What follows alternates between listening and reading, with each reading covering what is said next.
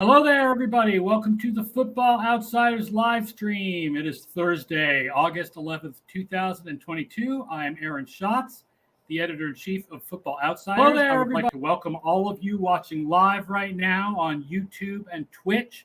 Please don't forget to give us your questions and comments in the discussion thread. Hello also to everybody listening after the fact on the Football Outsiders podcast network. Don't forget to subscribe to the show and like it and tell your friends about it. Tell all your friends we talk football here on Tuesdays and Thursdays. And make sure, if you don't have it yet, to get your copy of Football Outsiders Almanac 2022. Mike's got his copy right there and one behind him. He's got 2 copies. You can get it at Amazon or the online version by going to footballoutsiders.com/subscribe. Before we talk about the 2 teams we're going to cover today, we're welcoming Mike Tanier back again, and then Carl Yedor making his initial podcast appearance. And hopefully I pronounced your last name correctly. Close enough. He did the San Francisco 49ers and the Arizona Cardinals in this year's book. And so those are the teams we're going to discuss. But first, we just wanted to take a couple of minutes to bandy about Preseason Week 1, which starts tonight. Are you excited? The Bailey Zappi and Davis Webb experience on NFL Network. Are you really excited for Bailey Zappi? No, not really. Davis Webb, honestly, no. I mean, Bailey Zappi will be in the pocket and they won't rush him too bad because it's the preseason, and he'll probably look very good. Very good. Well, Carl, you're ready for the Drew Lock, Geno Smith experience, aren't you? Yeah, I mean, between Locke, Smith, and their opponents in the Steelers with Rudolph, Trubisky, and Kenny Pickett, it is just going to be an extravaganza of just excellent quarterback play on Saturday. That is preseason porn. Preseason porn is 2 quarterback controversies going on at the same time. Yeah. You're really into it. You're really into it. Those who know. That's going to be a heck of a game. I'm going to be watching that too here in Philly. One thing I've noticed, if you guys have been watching the reports coming, a lot of starters playing this week. The Colts are playing. Yeah, I have noticed that. Like, a few more teams than recent years have been kind of public about the idea that they are going to play their starters for a quarter. Yep, Colts are playing their starters. Commanders are playing their starters. Obviously, the Browns are playing their starters. Some other teams, McDaniel said today that, Tua will play in the preseason. He didn't say how much. It's a pendulum swing, and I can't put my finger on why it's changed so suddenly in the last year. The Seattle-Pittsburgh game, I believe, is on NFL Network. Yes. One of the 7 or 8 games that they have live. They have Patriots-Giants tonight, but actually, if you're in New York or New England and your local stations are showing Patriots-Giants, you will actually get Tennessee-Baltimore on NFL Network, which means the Malik Willis experience. Well, I'm looking at the Friday schedule. Tonight you got 2 okay preseason games, Malik Willis. Friday at 6, if you've got NFL Plus, you can watch all these. You're going to get the Falcons and the Lions. So you get to hear Dan Campbell goof off and things like that. But you get to see Marcus Mariota and Desmond Ridder for the Falcons. Browns, Jaguars, probably an acquired taste later on. Eagles and Jets, Jalen Hurts will play. We might see a little bit of A.J. Smith there. 8:30, you got 49ers we're about to talk about, in the Packers. We're probably going to see some Jordan Love in that game. 7 o'clock, excuse me. What time is it? Oh, Saturday at 1. Chiefs, Bears. If you're wondering who Justin Fields is going to throw to, that's going to be going on. And if you can watch them simultaneously, Panthers at Commanders, Baker Mayfield, Sam Darnold, Carson Wentz. There is a ton of craziness this weekend. I don't think I'm going to leave my office. I'm going to be watching preseason games all weekend long. I mentioned this before. It was surprising to me how many of the preseason games this year are interconference. Normally, teams play teams from the other conference, but there's Green Bay, San Francisco, and there's Carolina, Washington, and there's Cleveland, Jacksonville, and there's a number of these where you play a team in your own conference, and a number of games where teams are traveling a lot. Not usually you play the West Coast teams play the West Coast teams, right? The East Coast teams play the East Coast teams. But the fact that Cleveland is flying down to Jacksonville And the fact that Seattle is flying all the way to Pittsburgh is just like a little strange. Yeah, in the past, I think that those were made for TV games. Those aren't the case this time.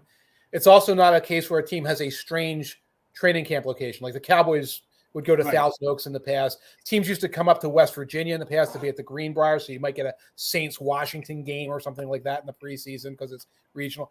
I don't know who came up with these combinations, but again, I'm happy to see them because sometimes you're seeing two teams with quarterback controversies or rookie quarterbacks playing against each other.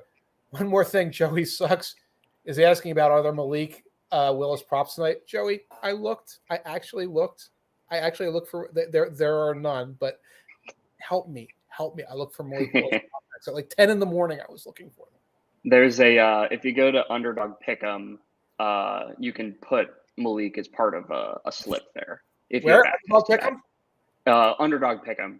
So if you have Underdog Fantasy and have access to Pick'em in your state, you can do over under 14.5 rushing yards, 85.5 passing yards, or 7 3/4 fantasy points. Carl coming through with the Malik Willis props for tonight. Our former sponsor, Underdog. Once and future sponsor. I love it. Thank you. I'm going to let you guys talk. I'm going to go reactivate my account. That's great. That's awesome. Well, that'll be the big game tonight. And then I guess there's one game on Sunday, which is Minnesota at Las Vegas, which for being the only game doesn't sound that exciting. I mean, maybe they play a little bit of their starter. There's no real controversies on either of those rosters. The Ravens are 87-0 in preseason. Yeah, that's interesting tonight, right? Will the Ravens actually lose in the preseason ever? Right. What a thing to try and hang your hat on. But that is a streak. People are keeping their eye on that. Again, I'm here for Willis. I guess I'm here for Bailey Zappi. I'm here for the Patriots local television. Actually, no, that's a national game, so we won't hear the. Oh Patriots. No, but I think it's national. I think they broadcast the local. I think they broadcast one of the local teams. I think my guess is it'll actually be either the Patriots guys or the Giants guys, but I don't know which. All right, so we'll get to hear Scott Zolak tell us. No, Matt Patricia and Joe Judge. Everything is wonderful. Everything is wonderful. Yeah, the Patriots are a different show, but I'm worried. If you're worried about the Patriots, read Mike's column today at the end of the Patriots way, because it's not looking good in Foxborough right now. Usually everything that comes out of camp is like super happy for every team, and it's definitely not for the Patriots. I've never heard like Tom Karen and Mike Reese and Greg Bedard and these guys in the mood they were in earlier in the week. Got a little better on Tuesday, but I had to write that because I've never heard those guys sort of this negative. Yeah, in shaky about the team's prospects. Let's talk about our two teams from the NFC West. Our question of the day has to do with the San Francisco 49ers and Jimmy Garoppolo. Here is the question, the poll for people who are watching the show live. Do you think Jimmy Garoppolo in week 1 will be cut, will be traded, or will still be on the 49ers roster when we get to week 1? What do you guys think? I got one question right now. What's going on with Tom Brady? He's got personal issues. He needs to leave the team for a personal issue. It's not medical, it's personal. I'm simultaneously worried that this is something serious in like the family, but also they said it was pre-planned, so that doesn't sound like that. Right. So I don't know. So let's put that aside and say Garoppolo won't wind up going in there and being Brady's backup, which we all know that they get along swell and everybody will be happy with that. My thought is that Garoppolo gets traded the moment a quarterback gets injured. Yeah, right. Well, that's what everybody thinks. I think we just don't know if that will happen. Right. It's going to be like they're looking for the Sam Bradford trade, the old Sam Bradford to the Vikings trade. Now, the question, if that's the case, it's probably more likely to be a week 1 because the quarterback's got to get hurt, which means the quarterback's got to play. Yeah. Okay. Oh, so you think it's likely he's still on the roster in week 1 and he gets traded in weeks 2, 3, 4, sometime like that. Not that somebody goes down in the preseason and that he gets traded. But now I don't know because, Matt Ryan's going to play and, and some of these other guys are going to play. So, that brings up the question. But I feel like we're not going to know. It's going to be very close to Labor Day if we actually find something out because the 49ers are going to be very patient. They're going to wait for somebody to get a little nervous and throw more on the table than you would expect for Jimmy Garoppolo. Yeah, I don't think they cut him. I mean, they don't really have to. Like, they already have the money available for the budget. Like, if they need to move money around to create room for some unexpected acquisition, they can. But they're already effectively just icing him out from the rest of the operation. So it's not like they need to cut him to get him out of the quarterback room. So it's just, when does the trade partner show up, as Mike is alluding to here? Todd Singer in the discussion says Deshaun Watson gets a year suspension, Jimmy G to Cleveland. Yeah. Which a lot of people have suspected is sort of that they've probably already talked about it as a possibility. But, man, the moving parts on that. And, again, the 49ers sitting there like, what are you giving us? A little more for the Browns, who don't have a lot to give at this point. And then how are we working the money out, because you guys are kind of extended in terms of both cash and cap. So I could see it, but it's easier to say on a talk show than it is to put the package together. Put the actual moving parts, especially with the Cleveland budget. You're right. Cleveland's pretty maxed out, and they don't have a lot of top picks to trade because they traded them in the Deshaun Watson deal. Right. And you got to sell to your fans after all this. We're trading more picks to solve the problem that we saw by trading the picks to get the scuzzball. And after a while, that's hard to sell management, hard to sell the fans, might be hard to sell even in the locker room. So the 49ers they don't come out this way in the projections, because the projections don't have hey, rookie quarterbacks are unpredictable and therefore make the swings wider type variable. But let's be honest, the San Francisco 49ers probably have the widest range of possibilities of any team this year, because we just have no idea what we're going to get out of Trey Lance. And so we have their projection a little bit above average. We have them as a pretty average team overall with a little bit of an easy schedule, but mostly it's just their defense comes out a little above average. I actually think their defense is probably going to be a little better than this, although they are already struggling with injuries at cornerback. Javarius Ward is out for 2 weeks. So the injuries are already coming at their weakest position. Yeah. And Jason Verrett, Lord knows if he'll ever play again. No. Poor guy. The offense is a who knows. The offense is who knows? Who knows?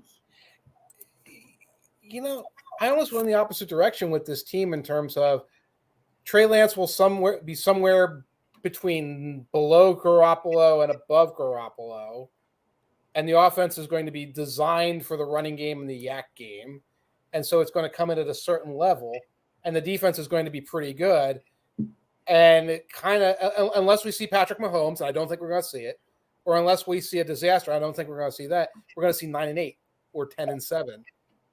And, I'm kind of slotted in there with the 49ers. So you actually don't think there's that wide a variety, because you're not expecting the really, really good and you're not expecting the really, really bad. Yeah, no, and Carl, do you hear more out of the Niners camp? It seems very meh about Lance. He's not doing great, but nobody's worried. That's kind of the. Yeah, I mean, heading into mini camp OTAs, George Kittle was a big fan of how Lance was performing. They're saying nice things about his talent. When Shanahan has talked publicly about Lance, it's not like he's going over the top to say he's the greatest quarterback we've ever seen.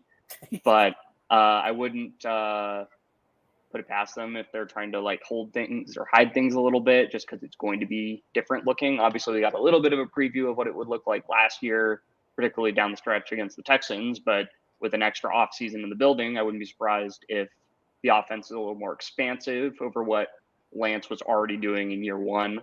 Which realistically, I mean, it's not like he was just a rookie. He was coming out of the FCS after not playing except for one game the year before, coming into a locker room filled with veteran players that were trying to make a big playoff run. It's very, very unlikely that he's worse than he was last year. And against the Texans, he showed flashes of being a pretty solid quarterback. Yeah. A lot of what I saw also from him is the 120-mile-an-hour fastball. that would glance off the hand. And like you talk about like a correctable flaw. It's like you can teach somebody to take a little off the fastball and to settle, and the game slows down and they settle down. It'd be different if it wasn't getting there in time. So there were a lot of things I thought were positives for him. It's just a matter of where his ceiling might be for his career is one place. It's where his ceiling is for 2022. I can't imagine that we're going to be talking about him any more than, oh, he's took the step and he's like one of the 15 best quarterbacks in the NFL. I will also point out that there are other issues on the San Francisco offense. Their offensive line, they're replacing Alex Mack with a guy who was a street free agent 3 years ago, Jake Brendel. Yes. They have a fourth-round rookie named Spencer Burford penciled in at right guard right now. Aaron Banks was a rookie last year, and I don't think played, and now he's the left guard. But he was a second-round pick, so you do expect good things out of him. But there are questions about the offensive line. And, of course, the good thing about Lance is if Lance feels a lot of pressure, he should be the kind of quarterback who can perform under pressure because he can get out of the pocket and he can make things happen and he can scramble. Right. In the running game, you can use him as the extra blocker by creating option things and, having him keep the backside. There's a lot of things you can do with that. I'm just looking at their depth chart now, and it looks like the right guard is named Kiefer Sutherland. That can't be right. Sutherland is the backup right guard. I loved him in 24. Yeah, right guard. The current R-Lads depth chart lists 3 rookie right guards. Right. Burford, and then Sutherland, who's a college free agent, and then Nick Zakelj, who is a 6th-round pick with a Czech last name. Is that Czech? And Daniel Brunskill's around. I think Zakelj that's Czech. When you end with a J, I think that's Czech. I know what he's getting. Here's your Czech money. Hey! I keep finding uses for this. Turning it to the defense, right, there I think there is a little bit of a question about edge rusher opposite Nick Bosa, but they do have Ebukam and they do have Charles Omenihu, who they got from Houston halfway through last year, and the second-round rookie Drake Jackson. So, between those 3 guys, I think you have a good non-Bosa rotation. They have great off-ball linebackers. Like, we can argue about whether it was analytically smart for them to sign Fred Warner to such a great contract, but he is a good player. Yeah. And Dre Greenlaw back from injury, and then the guy who I think is mispronouncing his own name, Aziz Al-Shire. How's it supposed to be? Al-Shire. Al-Shire does not sound Arabic to me. It's Al-Shire. There's 2 A's. He's Hobbit. He's not. And the questions are in the secondary, right? Because, like I said, Ward is injured, and they think they're counting on Verrett, which dream on. And strong safety right now is supposed to be a guy who was a 5th-round rookie last year, although he is on our prospects list. But Talanoa Hufanga is the starting strong safety next to Jimmy Ward. So the secondary is really where the question marks come in about the San Francisco defense. Yeah, I mean, Bosa and Armstead cover up a lot of problems up front, and getting Kinlaw back is very nice. Yeah, for sure. They create better matchups for everybody else. So, like the Chris Kasurek school of defensive line skill can continue to flourish and churn out players that were more or less journeymen. Like whether that's Kerry Hyder a couple of years ago, where he kind of bounced around and got a good contract, and now he's back. I believe they picked up Kamoko Toure, if I'm not mistaken. They go deep, actually. I didn't realize, looking at their roster right now, that they go kind of deep at that non-Bosa edge rusher. They got a lot of dudes. Yeah, there's a lot of guys that are reasonable guys that are not like street rookies. Yeah, so they can cycle those guys through, and then Bosa will attract all the attention, so they get favorable matchups and can clean up for sacks pretty effectively. Right, and they can rotate guys. I don't know which Drake Jackson this is, because during the course of his college career, he went from a small speed edge rusher to a power rusher. I think it's more of the power rusher, but having him in there, I think he's an intriguing prospect.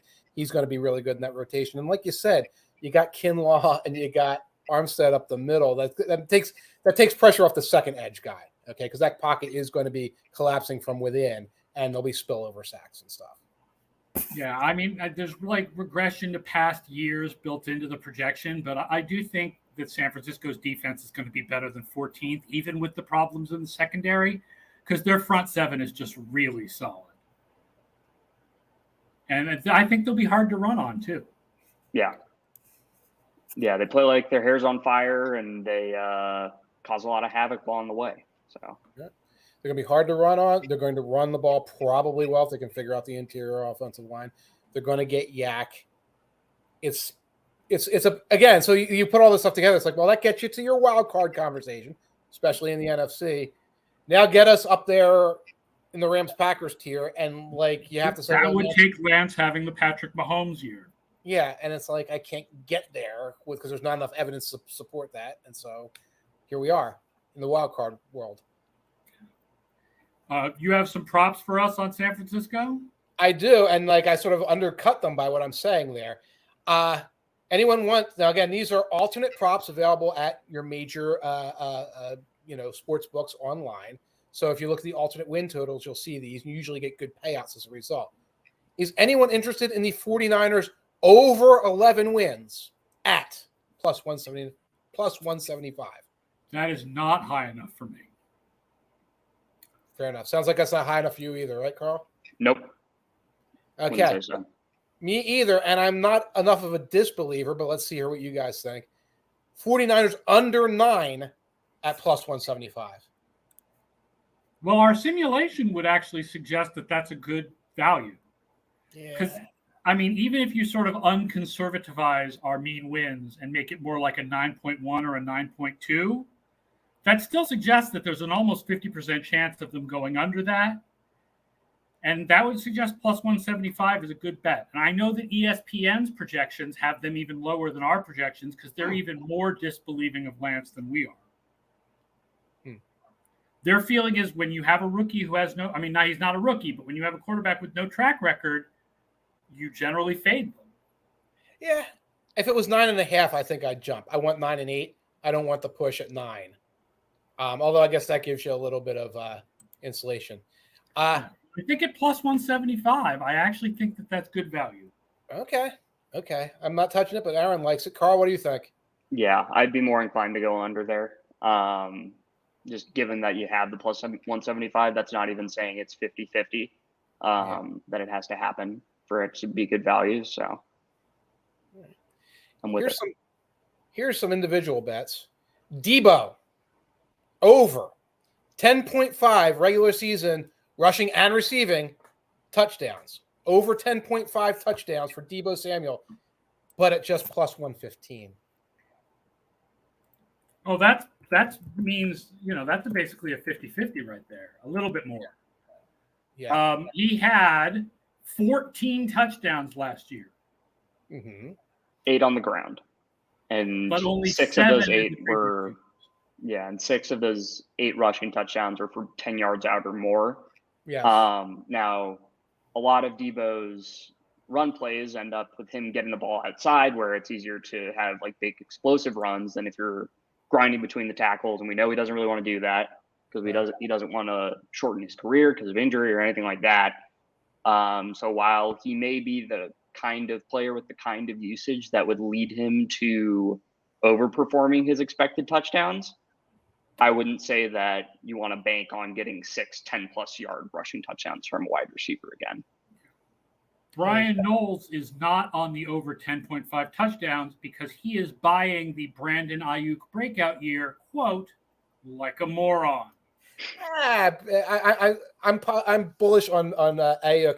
You know who else is getting a lot of buzz out of that camp? Trey Sermon. Right? Remember running back Trey Sermon who disappeared off Trey Sermon, yeah. So there's again, when they're doing a running back rotation at the goal line, and if you're wondering, hey, maybe we'll get 3 or 4 rushing touchdowns short from Debo. Probably not. They're going to get somebody in there. It could be Sermon. I would want plus 150 or something like that to like that Debo bet. It's nothing like those Jamar Chase bets yesterday, which I wanted to jump all over. Last one. 49ers to be the NFC number 1 seed, but at plus 1,100. Huh. Depends on how much we're putting on it, right? I mean, like, I wouldn't throw much on it, but like, if you're betting on the bull case with Lance, the Buccaneers have a lot of offensive line injuries. So while they should be a clear favorite in that division, I wouldn't be shocked if they underperform a little bit, at least initially, given the uncertainty there. The Rams have, for whatever reason, struggled with the 49ers. It's the whole rock, paper, scissors thing with the old Rams, Seahawks, and 49ers trio. So maybe that hurts. I mean, you got Green Bay. Maybe they take a step back without Devontae Adams. Like, you can talk yourself into it. And at those odds, I don't mind. But plus 1,100 means that you think it's going to happen 1 out of every 12 times. Okay, yeah. Right? Right. I'm looking up how often they actually won the number 1 seed in our season simulation. Okay, that's good. Now, of course, we have them at Super Bowl champs 2.7, which is not 1 out of 12. That's 1 out of. They won the number 1 seed 5.8% of the time. That's 1 out of 20. They would need to win it 8.3% of the time to make that bet a good value. Right. So it doesn't look good, but if you are bullish on the Trey Lance experience and you're looking for some fun with a $10 or a 200 check Beardo bet, you could do worse than taking that one, because you're right. You can make that argument. If you talk about the other contenders, all have their issues. You can see a couple of Seahawks wins put right in place, et cetera, et cetera. Yeah. Seth Dunbar is surprised we have them 14th on defense. Like I said, I would expect their defense is going to be a little better, but it has to do with the question marks in the secondary and a little bit of regression to past years' expectation. But I would expect their defense to be a little bit better than this. I think we have them too low on defense. I do. So, a team I don't. Sorry, what? You put them at like 10th or 11th, and I'd feel a little bit more comfortable. But I wouldn't go higher than that. Like they lost guys and they've got holes, like you said. Yeah. A team I don't feel we're too high on defense, that we're too low on defense, even though we have their defense collapsing, is the Arizona Cardinals. That's the other team we want to talk about today. And this is the big team that we have lower than conventional wisdom across the entire league, other than Cleveland, which is only lower than conventional wisdom because we're presupposing a season-long suspension for Watson. This is like our big underplay, I think. And mostly it's their offense is rated about what their offense has been rated the last couple years. I know that sounds surprising, but the way their offense has collapsed over the last few games of the season the last couple years, their offense has been very average for the whole year. It's their defense that we see collapsing, plus the hardest schedule in the league, although if you remember from yesterday's show, that's dependent on the Watson suspension. If the Watson suspension is only 6 games, the Cardinals no longer have the hardest schedule in the league. Now the Bengals do. If the Watson suspension is for the entire season, now the Cardinals have the hardest schedule in the league. But either way, the Cardinals have a hard schedule. Yes. Hard schedule. A lot of great skill position talent that we don't know who's going to be available when. Now we have Marquise Brown facing some problems. We know we're going to be without Nuke Hopkins for 6 games. And a defense I don't even know where to begin with in terms of a great coaching job. Like the fact is Vance Joseph has done an amazing coaching job to coach these players to a top 10 performance in DVOA over the last couple of years. But first of all, there are some statistical indicators that are negative about their defense, like the fact that they were very high in takeaways, like the fact that they were very strong in short yardage runs, which tends to regress pretty heavily from year to year. And then there's the players who left, and just look at the roster. Just look at the roster and tell me that looks like a top 10 defense to you. It does not. Antonio Hamilton is a second-year undrafted free agent, and he is a starting cornerback. Right. You have Budda Baker. You have what's left of J.J. Watt, who will give you probably 8 or 9 really, really good games and lots of dramatic poses. And then you got you got some guys who can play a little bit, and Marcus Golden can play a little bit. There's some other guys, but there's a little bit of a who are these guys for a lot of them along the way. And, I look forward to my weekly, what's Isaiah Simmons doing now article that crosses my desk. Like, oh, he's a safety now. He's an edge rusher. Traditional off-ball linebacker. We found the position for him. And I think they'll find it's going to be a what do you call it? A Riddick, Hassan Riddick situation. They will find the position for him just in time for him to go to free agency and end up someplace else. From what I've read, it's slot corner, but he's covering the slot a lot. Oh. So I mean, maybe. I mean, Byron Murphy fits best in the slot as opposed to outside. So if Simmons is in the slot, that probably bumps Murphy back outside, which I guess when you have Hamilton out there, corner, that may not be the worst thing in the world. But I mean, last year, like especially after Watt went down, the defense was Chandler Jones, Budda Baker, a couple other guys like Golden and Zach Allen, who had a quietly pretty solid year as an interior defensive lineman. But it's those guys and then Vance Joseph creating chaos. They blitz a ton.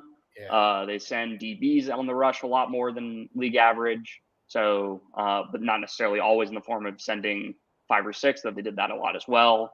So it's just create as much chaos as they can on the back end to hopefully cover up for some of the deficiencies there. And now you lost Chandler Jones, who I don't know if you can really call him underrated, given that he made the All-Pro team multiple times in Arizona, but like maybe he gets overshadowed by Aaron Donald being in the same division, but he is an excellent player as an edge rusher. If Isaiah Collins is still a slot corner when he has to face Cooper Kupp, Debo, George Kittle in the slot, they're going to destroy him. They're just going to look like we can match up this guy 50 different ways in the division alone and obliterate and vaporize this young man. He is not a slot corner. You do not think that is the right way to use Isaiah Simmons, huh? And I guess, you know, if I say, well, he's a will linebacker, and a lot of times there's a similarity of things like that. But it's like the state of mind that says, oh, you know what? Hi, I'm Sean McVay. I'm just going to motion Cooper Kupp into the slot and see who's covering him. That's going to be 375 receiving yards in a game. The main thrust of the chapter, or a lot of it, was about whether they should pay Kyler Murray. And after we published the book, they paid Kyler Murray. And Oldheady403 asks whether the Kyler Murray contract was fitting in our eyes, or was he overpaid, because $230 million is a lot of money.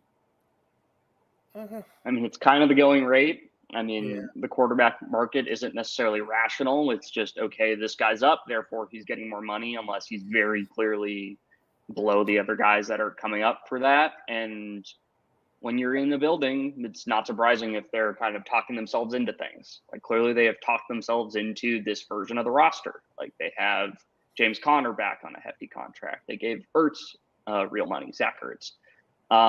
They decided that the guys that they had, for the most part, other than Marquise Brown, they wanted to roll with on offense. They just extended DJ Humphries. So they may feel like he's the guy, and that's why he's getting paid that much.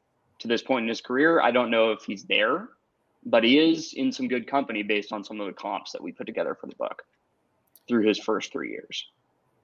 Given all the evidence that they're not 100% sold with him, starting with Homework Gate, which I'm glad happened when I wasn't around. That was weird.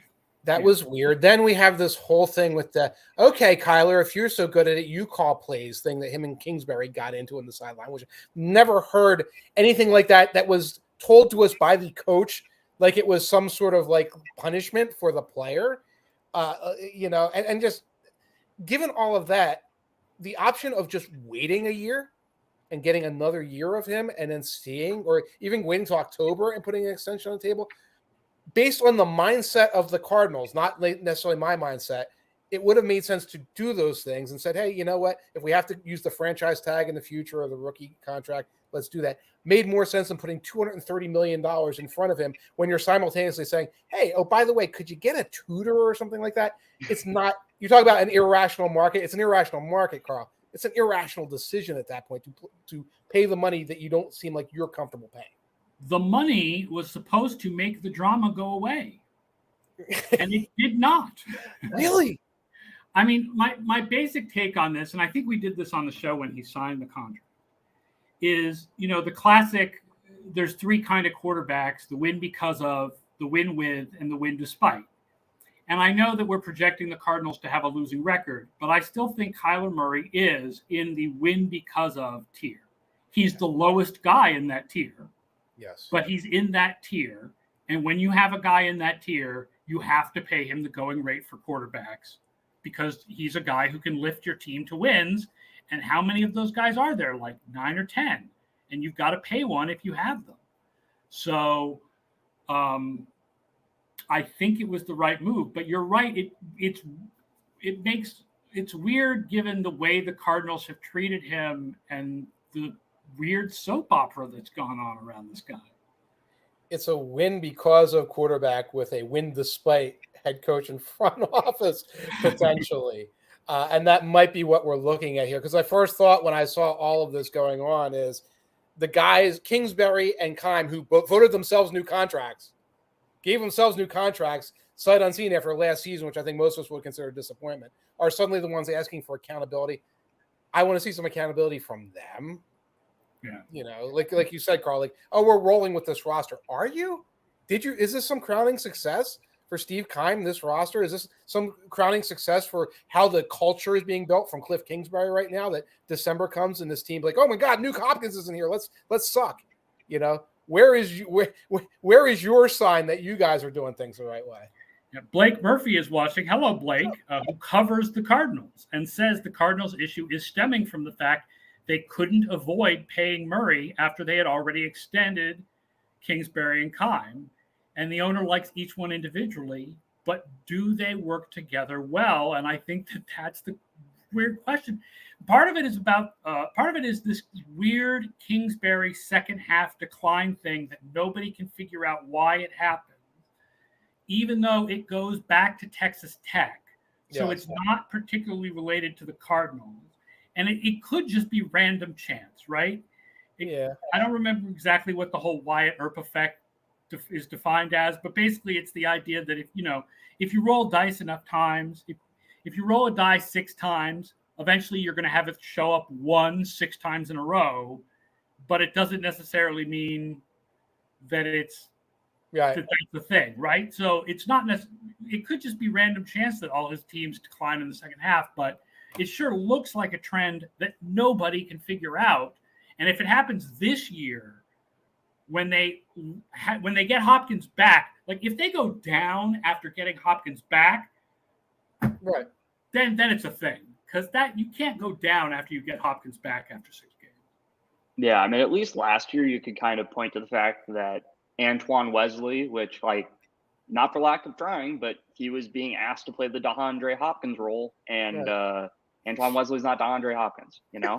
Like, freaking news. I mean, maybe that's on Cliff for not adapting quick enough. Maybe that's on Kyler for not wanting to adjust his own play style, given the fact that his safety blanket, Mr. Hopkins over there, wasn't there last stretch run of the season. But, like, at a certain point, a few anecdotes kind of become a trend.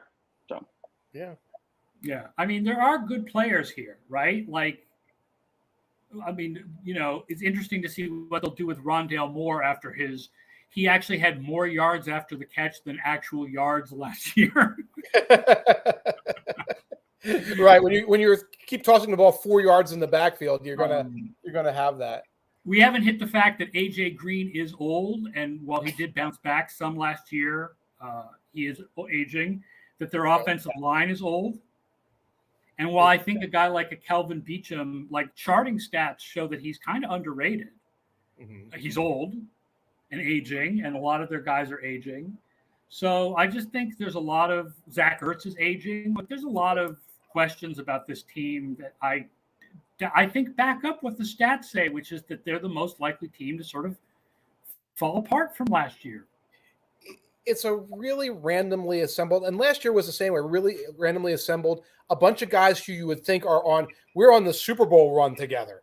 Like J.J. Watt and A.J. Green and all these guys, like they're joining Tom Brady and they're joining Kyler Murray, but then there's all these young players as well. And, so it's like sometimes the name recognition is better than what you see on the field. And also, like, when I watch the play designs are brilliant. Like, I look at these plays and it's like, this is fascinating the way they're doing this, really on offense and on defense.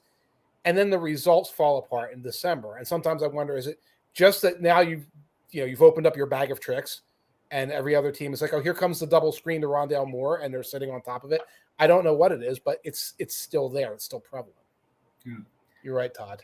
Todd's right. Rondale Moore was very much the reverse screen, bubble screen, tunnel screen guy in college. He was phenomenal at it. He's very good at it now. Yeah. It's just an interesting usage pattern. Yeah. And last year they had Kirk, so it was like two guys going like across the middle of the field. What do you have for us for props on Arizona? They're not good. Hold on. They're not that interesting, huh? Uninteresting props. We'll go through them real fast. Cardinals over 9.5 at plus 165. Yeah, I mean, I'm Mr. Pessimism about this team, so no. Okay. Well, this one might be better. Under 7.5 at plus 195. Our simulation probably loves that as a value bet. I mean, if you only got 7.7 mean wins and the line is there for, that sounds like it's roughly like 1 in 3. You're going to go under at least 40% of the time, and that line is, 33% or better. It's a good value. No, the props are not good. The title says, does not good refer to the props of the Cardinals? I'm sitting here dissing on this team over and over again. I feel like they're a little bit better than we're making them sound, but they also have a harder schedule and they're in a tough division. Right. Well, with an asterisk of whatever Seattle's doing at quarterback. What used to be a tough division still has the Rams and 49ers in it. Yeah. Although fantasy-wise, it might not be the worst thing, given what we're projecting for the defense. I mean, they already play it fast, and it's going to be on Murray's shoulders. So there are a lot of married bets, prop bets, for people who want to look at them, because a lot of them are like 3,599 rushing yards and 400. I don't like doing them on the podcast because it takes 5 minutes to say them. But if you're interested in fantasy-type prop bets, there are a lot of them about the Cardinals, and you might find one you like. A.J. Green is a little underrated by ADP, according to our projections, because while he is aging, he's going to get his. Like, I realize there's not a lot of upside there, but if you want, like, a steady guy who can fill in bye weeks and stuff, like, you can do a lot worse than A.J. Green this year. Okay. Before we leave the show, let's answer Thordain's question. Any thoughts on the news that Duane Brown has signed with the Jets? My thought is that now, whenever they plan to move a guy, I think about Jeff Schwartz talking about his experiences and that it's harder to move around the offensive line than you think it is. Right. And they're going to move Fant, right? They're not going to move Brown. No, I would expect that they're so happy with how Fant played last year that they would move Brown. They weren't going to move Fant for Becton. Becton used to be the left tackle, and they were going to move Becton to the right side to leave Fant on the left. But Duane Brown can hold the contract up and say, "What position am I playing, guys?" Becton can't. Oh, I don't think he's gotten that. I'm sure this contract is not that big. He declined a little bit last year. I mean, he is getting old too. It's funny that the Jets are kind of collecting former Seahawks linemen. Although maybe the addition of Brown allows George Fant to shine again as a pass-catching threat. They did throw to Fant one time, I believe, or maybe there were 2 attempts, 1 completion, when the Seahawks would use Fant as a 6th offensive lineman. So perhaps we see more of that. I agree with you that logically, especially based on what Jeff has said about moving, I believe the quote is that it's like wiping your butt with the other hand. I don't remember if that's his quote or somebody else's, but that's what it's like moving from left tackle to right tackle. That's difficult. Fant has played right tackle before. Yeah. So logically, it might make sense to have Fant on the right side and Brown on the left side. But I don't know. They really like Fant on the left side. Brown has played left tackle his entire career. Per Rich Cimini, it's a to-be-determined situation as to who plays on which side, as of right now. I'm guessing it's going to have to be determined fast because they got to get them ready for the season. But I have a funny feeling you're going to see Fant be the one who moves. We'll say. Yeah. But a good signing, I think. They had to replace Becton. Yeah. This is the best tackle that's out there. Yeah. This is a good signing by the Jets. If they want to compete this year, we can argue about whether they are going to be competitive this year. Zach Wilson. But if they want to be competitive this year, they needed another tackle. So good signing. And if you want to get a read on Wilson and keep him alive, you need this. You need a better tackle. Yeah.